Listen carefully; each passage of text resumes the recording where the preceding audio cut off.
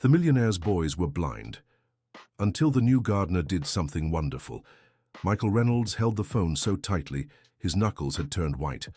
On the other end of the line, yet another employee was giving her immediate notice.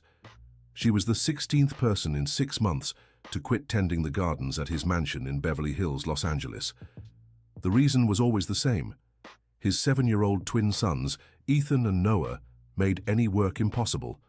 The boys suffered from a rare visual condition that left them practically blind, seeing only shadows and shapes. But what truly frightened the employees were the boys' uncontrollable outbursts of rage. "Mr. Reynolds, I tried, but they broke all the seedlings I planted yesterday," said the nervous voice on the phone. "I can't work like this."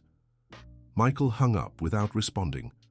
Through his office window, he saw the twins in the garden, trampling flower beds and furiously tearing out flowers. Ethan was shouting something unintelligible, while Noah hit an imported stone fountain with a branch. "Dad, when is the new gardener going to get here?" Ethan asked later, during a lunch he'd barely touched. "I don't know if she's coming," replied Michael, massaging his temples. His tech company was going through its worst crisis ever, and he couldn't focus on anything beyond the problems at home. Noah, the quieter of the two, groped for his father's arm. "Is the garden lady going to leave like the others?" Michael didn't know what to say. How do you explain to two blind children that nobody wanted to work near them?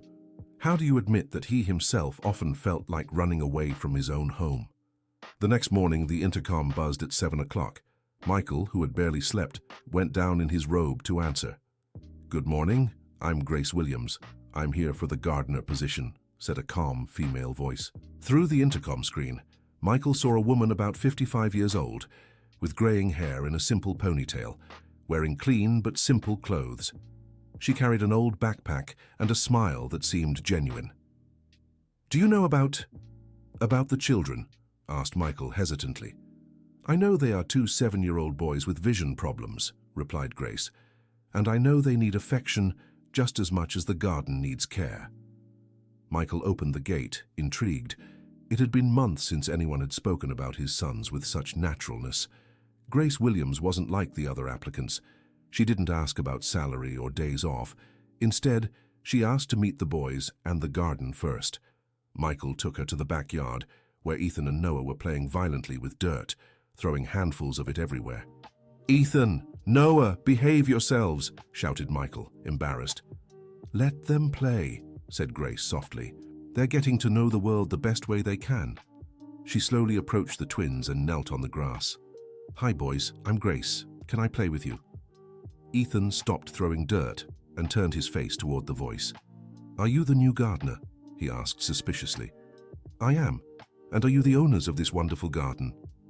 Noah gave a low laugh. "It's not wonderful. It's all ugly and has no flowers." "Ah, but I brought something special for you," said Grace, opening her backpack. "Would you like to feel it?" She took out a small pot of aromatic herbs and placed it in Ethan's hand. "This smells different," said the boy, surprised. "It's basil. And this one here," she offered another pot to Noah. "It smells like Grandma's cooking," exclaimed Noah. "It's oregano," explained Grace. "Plants also have different smells, textures, and even sounds when the wind blows through them." Michael watched in silence, impressed. In just a few minutes, Grace had achieved what dozens of professionals hadn't. She captured the boys' attention without yelling or fighting. Dear listener, if you're enjoying the story, please take a moment to like and especially subscribe to the channel. It really helps us who are just starting out. Now continuing. During the first week, Grace established a different routine. She always arrived at 7 in the morning, brought hot coffee in a thermos, and talked with the boys before starting work. "Today we're going to plant lavender," she announced on Monday. "Did you know that bees love lavender?" Ethan and Noah sat on the grass around her, curious. "How are we going to plant if we can't see?" asked Ethan. "Who said we need to see?" Grace retorted. "We'll use our hands, our noses, and our ears." She taught the boys to make small holes in the soil, feel the moisture of the earth, and identify the right size of the seedlings by touch. To Michael's surprise, who was discreetly watching from the window, the twins spent the entire morning focused, without a single fight. On the third day, Grace brought sunflower seeds. "These are special," she said, placing some in each boy's palm. "They grow very tall and make noise when the wind rustles the leaves." "What do you mean they make noise?" asked Noah. "Let's plant them and find out. But first, I need you to help me prepare the soil." Grace had noticed something that no one else had. Ethan and Noah weren't violent out of malice, but out of frustration. They wanted to participate, create, be part of the world around them, but no one gave them the opportunity. "Mr. Michael," she said on Friday when he came to pay for her first week, "may I suggest something?" "Of course, Grace, they're different, calmer. It's because they're busy. An idle mind is the devil's workshop, as my mother used to say. What if I teach them to take care of their own little garden?" Michael hesitated. "The other employees always complained that the boys got in the way of work. Won't that be more work for you?" "It'll bring joy," Grace replied with a smile, "and maybe for you too, if you'd like to join." "Me? I don't know anything about plants." "No one is born knowing, Mr. Michael, and your sons are learning fast." That night, Michael kept thinking about the conversation. When was the last time he spent a whole afternoon with Ethan and Noah without fights, without yelling, without frustrations? He couldn't remember. On Saturday, he decided to observe Grace's work more closely. He went down to the garden and found the twins kneeling beside her, planting cherry tomato seedlings. "Dad!" Ethan shouted excitedly. "Come feel how nice this soil is." "Nice?" Michael laughed. "He meant moist and fluffy," explained Grace. "Like cake batter, right, Ethan?" "Yes, and this little plant will give tiny tomatoes." Noah stood up and walked carefully to Michael, holding a small watering can. "Dad," Grace said, "that if I water every day, the tomatoes will grow. Is that true?" Michael knelt beside his son, touched by the excitement in his voice. "Of course it's true. Do you want me to help you?" "You really want to, Dad?" Michael took the watering can and guided Noah's hands. "Slowly, like this. Do you feel how the water makes a little sound on the soil?" "I do," exclaimed Noah. "Ethan, come listen." The three spent the morning watering plants, and Michael realized he hadn't checked his phone even once. For a few hours, the company's problems seemed distant and unimportant. "Grace," he said, when the boys went to have lunch, "thank you so much. I don't know how you did this." "Did what, Mr. Michael?" "They're happy. It's been a long time since I've seen my sons truly happy." Grace wiped her hands on her apron and looked Michael in the eyes. "You have two wonderful boys. They just needed to feel useful, important. Everyone needs to feel this way, no matter their age." Michael nodded, swallowing the lump in his throat. "My ex-wife always said I was too absent, that I only thought about work." "And what do you think?" "I think she was right," admitted Michael. "After she moved abroad, I buried myself even deeper in my work. It was easier than dealing with all of this." Grace nodded understandingly. "It's not easy being both father and mother at the same time. I know the feeling well. Do you have children?" "I had 3. The youngest passed away last year. That's why I came looking for this job. I need a reason to wake up every day." Michael felt a tightness in his chest. He didn't know what to say. "I'm sorry, "No need to apologize," said Grace kindly. "Life sometimes hurts a lot. But look what happened when I decided to look for work here. I found 2 boys who needed affection, and they gave me a new purpose." In the following weeks, Michael began to participate more in the garden activities. Grace had created different themed areas, a bed of aromatic herbs, another with plants of various textures, and a small space with flowers that attracted butterflies and birds. "Why butterflies if they can't see them?" asked Michael one day.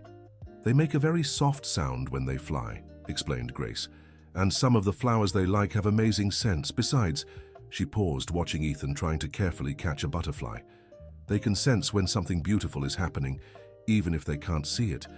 It's an intuition we lose when we grow up." Michael watched Noah whispering something to a basil plant and smiled. His children were developing a connection with nature that he had never imagined possible. "Grace, may I ask a personal question?" "Of course, Mr. Michael. How do you manage to always be so positive, even after your loss?" Grace continued watering the plants before answering. "I'm not always positive.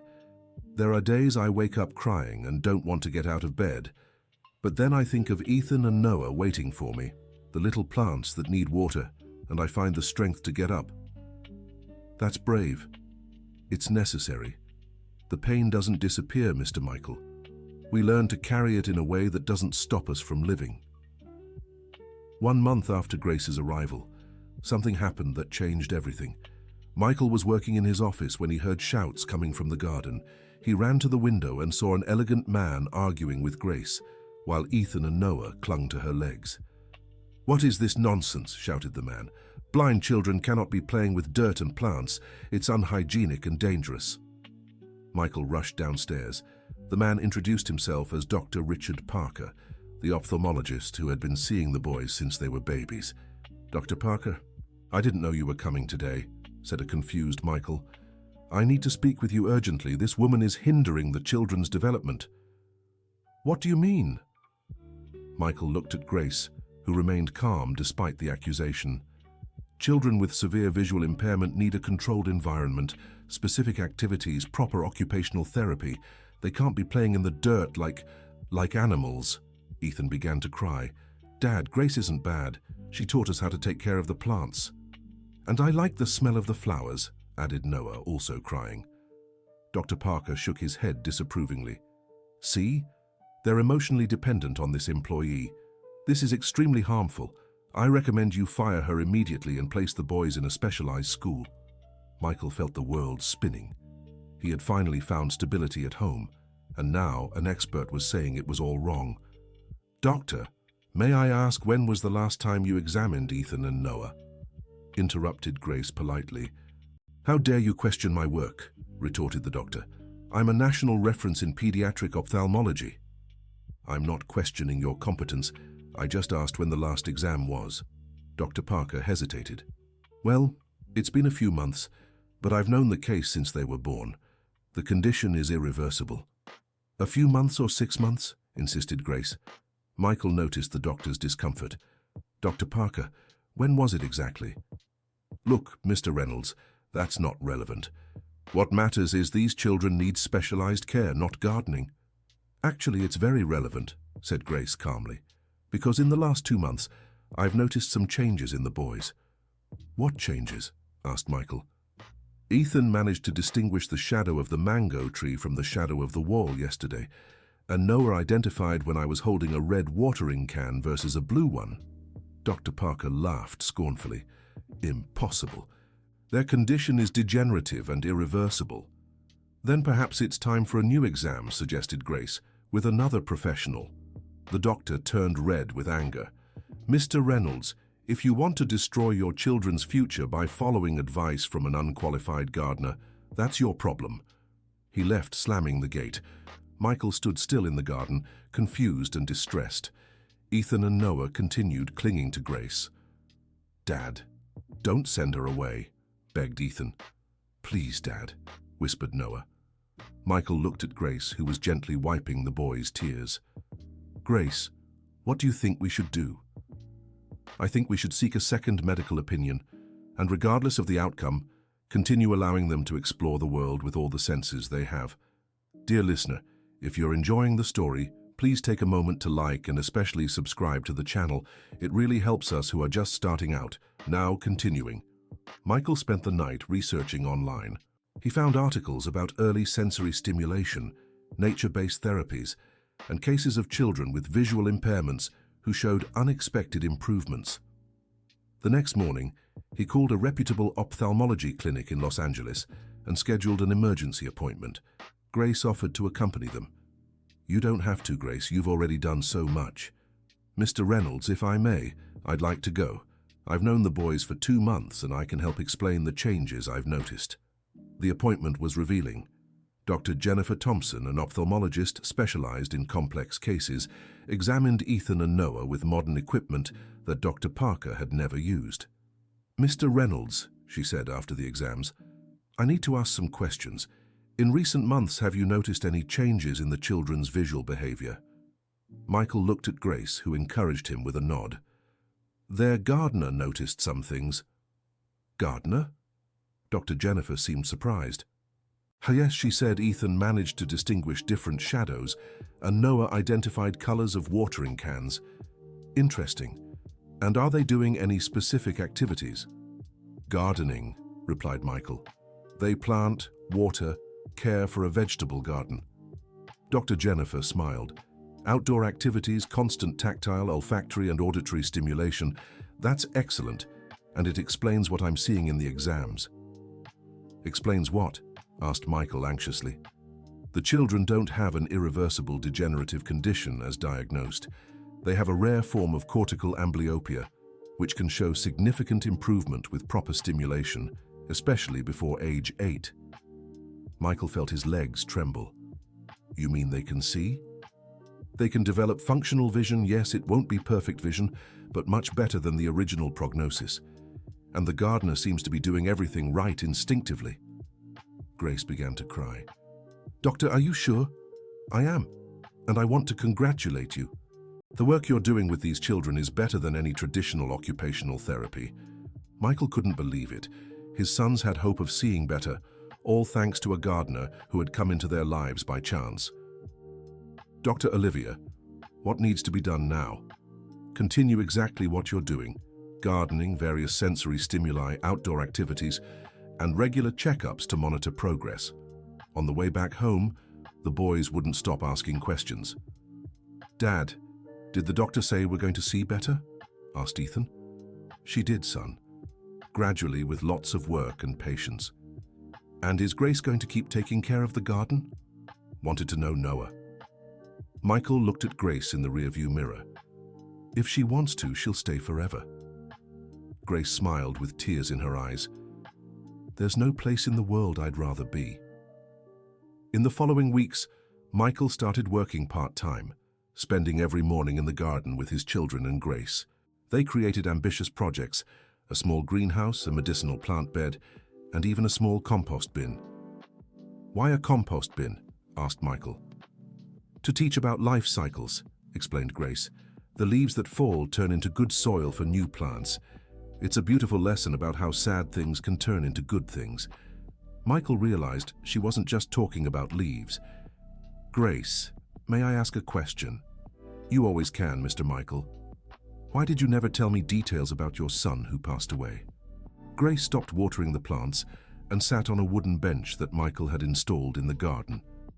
Because some pains are too great for words, but I can tell you if you want to hear. Only if you feel comfortable. My youngest David had leukemia. He fought for 3 years. He loved plants, just like your boys do now. In the hospital, I would bring him little seedlings to care for in his room. Michael sat down beside her. I'm so sorry, Grace. Do you know what he said to me on his last day?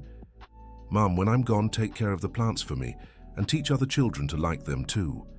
That's why, when I heard about the opening here, I felt it was a sign. Michael understood why Grace was so dedicated to his children. She was honoring the memory of her own son. Your children are lucky to have you. And I'm lucky to have found you when I needed a purpose most.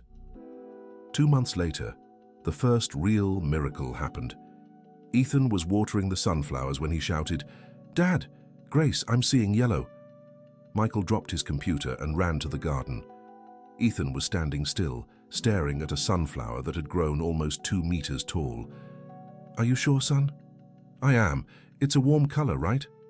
Yellow like the sun. Noah came running over and stood beside his brother. I'm seeing it too.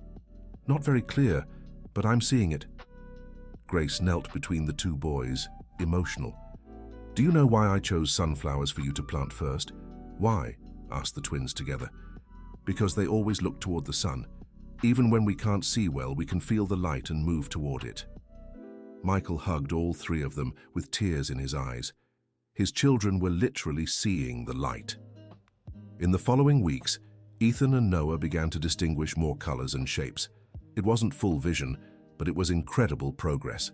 They could see the contrast between the dark soil and green leaves, identify colorful flowers, and even recognize people from a few meters away. Dr. Olivia, is this normal? Asked Michael during a follow-up appointment. It's exceptional. The stimulation they're receiving is perfect. Their brains are learning to process visual information efficiently. And how far can they go? Hard to predict. But if they keep progressing like this, they might have enough functional vision for an almost normal life. Michael could barely sleep from joy. His children had a chance at a life he never thought possible. But it wasn't all sunshine and roses. Dr. Richard Parker showed up at the house one day, furious. "I heard you went behind my back to see another doctor. This is unacceptable." "Dr. Parker, the boys are showing improvements." "Imaginary improvements. You're giving them false hope. This gardener convinced them they can see, but it's all psychological." Grace was in the garden with Ethan and Noah when she heard the argument. She decided to step in. "Doctor, would you like to test them?" "What test?" "Ethan, come here," she called. "Without using your hands, tell me what color this flower is." She held a red carnation about 6 feet away. Ethan looked carefully. "It's red, Grace." Dr. Parker shook his head. "He knows the plant. He knows it's red." "Noah," Grace continued, "how many fingers am I holding up?" She held up 3 fingers about 5 feet from Noah. The boy concentrated. 3. "Luck," grumbled the doctor. "Michael," Grace said calmly, "take a selfie with your phone and show it to Ethan from a distance." Michael did as asked and showed the picture from about 10 feet away. "Son, who is that in the picture?" Ethan stared intently. "It's you, Dad. You're smiling." Dr. Parker turned pale. That's impossible." "It's not impossible," Michael said firmly. "It's a miracle. And it happened because we finally found someone who believed in my sons." The doctor left without another word. Michael never heard from him again. Dear listener, if you're enjoying the story, please take a moment to like the video and especially to subscribe to the channel. It really helps us out, as we're just getting started, now continuing. 6 months after Grace's arrival, Michael's house was transformed. The garden had become a little paradise, with flower beds organized by color, texture, and scent. Ethan and Noah could navigate the whole space by themselves, identify plants, and even help with the upkeep. "Dad, what if we had a party in the garden?" Ethan suggested one day. "A party?" "To celebrate that we can see. And to thank Grace." Michael thought it was a wonderful idea. They invited Dr. Jennifer Thompson, some curious neighbors, and the few friends he still kept in touch with. Grace initially resisted. "Mr. Reynolds, you don't need to throw a party for me." "It's not for you, Grace. It's for our family. And you are part of it." The party was moving. Ethan and Noah made a point of showing all the visitors how they cared for the plants, explaining each stage of the sunflower's growth and presenting their little organic garden. "These are our carrots," Noah said proudly to Dr. Thompson. "Grace taught us that if we plant them at the right time, they get nice and sweet." "And these are our cherry tomatoes," added Ethan. "Dad, tell her how you learned to garden too." Michael laughed, a bit embarrassed. "It's true, Doctor. Grace taught me that gardening is therapeutic for adults too." "How wonderful," said Dr. Thompson. "And how are you boys feeling?" "Happy," the twins answered in unison. "We can see the colors of the flowers, the shadows of the trees, and even Dad's face when he smiles," explained Ethan. "And Grace said we're going to get even better," added Noah. Dr. Thompson spoke privately with Michael. "The boys are extraordinary. I've never seen such a rapid and complete recovery. So they're going to be okay?" "Better than okay. With the progress they've shown, I believe they'll have enough vision to attend a regular school, play sports, drive when they're older, a completely normal life." Michael hugged the doctor, emotional. "Dr. Thompson, how can I ever thank you?" And the lady and Grace. "Keep being the present father you've become. And never forget that love works miracles that medicine sometimes can't explain." During the party, Michael observed Grace talking with Ethan and Noah near the compost bin. "Grace, I'm going to miss you when we don't need you to come here every day anymore," said Ethan. "What do you mean, not need to anymore?" she asked, surprised. "When we can see everything, we won't need help anymore," explained Noah logically. Grace knelt down to the boys' height.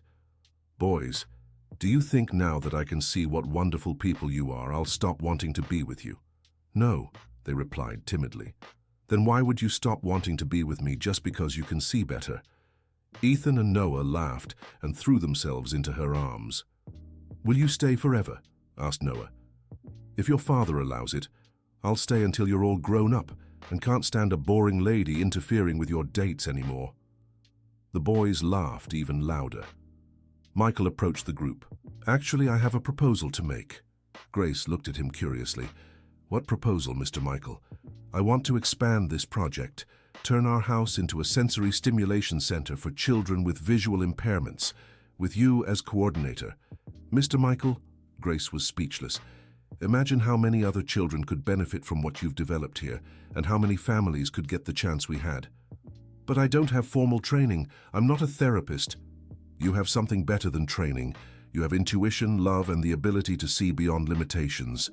Ethan and Noah jumped excitedly. Grace, say yes, begged Ethan. That way you'll never leave, added Noah. Grace looked around at the garden she had helped create, at the boys who had become part of her life, and at Michael, who had transformed from an absent father into a present and dedicated man. How could I refuse such an invitation? She said with tears in her eyes. I accept. The party ended with Ethan and Noah showing guests how they could identify different types of soil by smell and distinguish plants by the sound they made when rustled by the wind. They're true experts in sensory gardening, commented an impressed neighbor. They're experts in living, corrected Grace. Gardening was just the beginning. 2 years later, Sunflower House became a national reference in sensory stimulation for children with visual impairments. Ethan and Noah, now 9 years old with nearly normal vision, helped as junior monitors, teaching other children the techniques they had learned. How does it feel to be teachers? Asked a journalist doing a story about the center. Happy, replied Ethan. We like teaching that everyone can learn to see with their heart.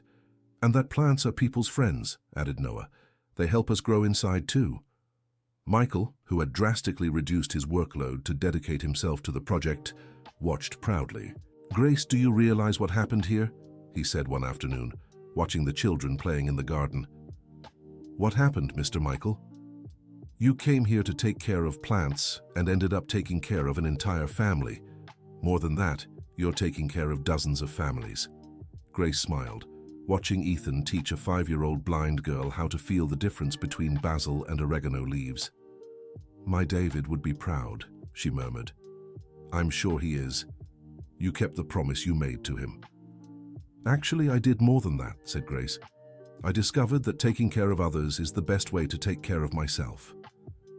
Ethan and Noah ran to them, dirty with soil, but beaming. Grace! Dad, did you see? Olivia managed to plant the little seed all by herself, shouted Ethan excitedly. And she said when she grows up, she'll be yellow like our sunflowers, added Noah. Michael hugged his sons, still amazed at how they had transformed from frustrated and aggressive children into confident and caring boys. You know what amazes me the most? He said to Grace. It's that they no longer see just with their eyes. They see with their soul. That's what happens when we stop focusing on what's missing and start valuing what we have, Grace replied wisely. That night, after the children had gone home and Ethan and Noah were asleep, Michael and Grace stayed in the garden talking. Grace, can I tell you a secret? Of course, Mr. Reynolds. Before you arrived, I was thinking about giving up, sending the boys to an institution and focusing only on work. Grace was shocked. Really? Really? I couldn't handle their frustration, my own frustration. I thought it would be better for everyone. And now? Now I can't imagine a day without them, without you, without all that we've built together. Grace looked at the stars, thoughtful. You know, Mr. Reynolds, I also have a confession to make. What is it? When I arrived here, I was running from my own pain. I thought tending the garden would just be a job to distract me. And it became what? It became my healing. Ethan and Noah gave me back the will to live. They gave me a new purpose when I needed it most. Michael smiled. So we all saved each other. I think so, agreed Grace. And the best part is that now we're saving other families too. They stayed silent for a few minutes, listening to the sound of the fountain and the whisper of leaves in the wind. Grace. Yes? Thank you very much. for everything. Thank you, Mr. Reynolds, for letting me be part of your family. You've always been part of it, since the first day. The next morning, Ethan and Noah woke up early and ran to the garden to water their favorite plants. Michael watched them from the window, still amazed by the complete transformation of their lives. Grace arrived at 7 sharp, as always, bringing hot coffee and the smile that had changed everything. "Good morning, family," she shouted. "Good morning, Grace," the boys replied in unison. "Do we have new children arriving today?" asked Ethan. 3 boys, 1 6-year-old and 4-year-old twins, she replied. "That's great. We'll teach them how to plant sunflowers," said Noah excitedly. Michael came down to join them as he did every morning. His company was still successful, but now he worked to live. He didn't live to work. "Boys, how about we show the new children the aromatic herb bed first?" he suggested. "Good idea, Dad. They'll love the smell of lavender," agreed Ethan. "And the texture of the mint leaves," added Noah. Grace watched the interaction between Michael and his sons with a warmed heart. They were a real family now, united by love, patience, and the discovery that the greatest miracles happen when we least expect them. "Mr. Reynolds," she said as they prepared the materials to welcome the new children. "You can just call me Michael, Grace. After all we've been through together, I think we've earned that closeness." "Michael," she smiled, "thank you for letting me be part of your miracle." "Our miracle," he corrected, "and it's only just beginning." End of story. And you? What did you think of this story of overcoming and love? Can you imagine how many families need a Grace in their lives? Leave your comment telling us if you know any similar stories, and don't forget to like and subscribe to the channel for more heartwarming stories like this one.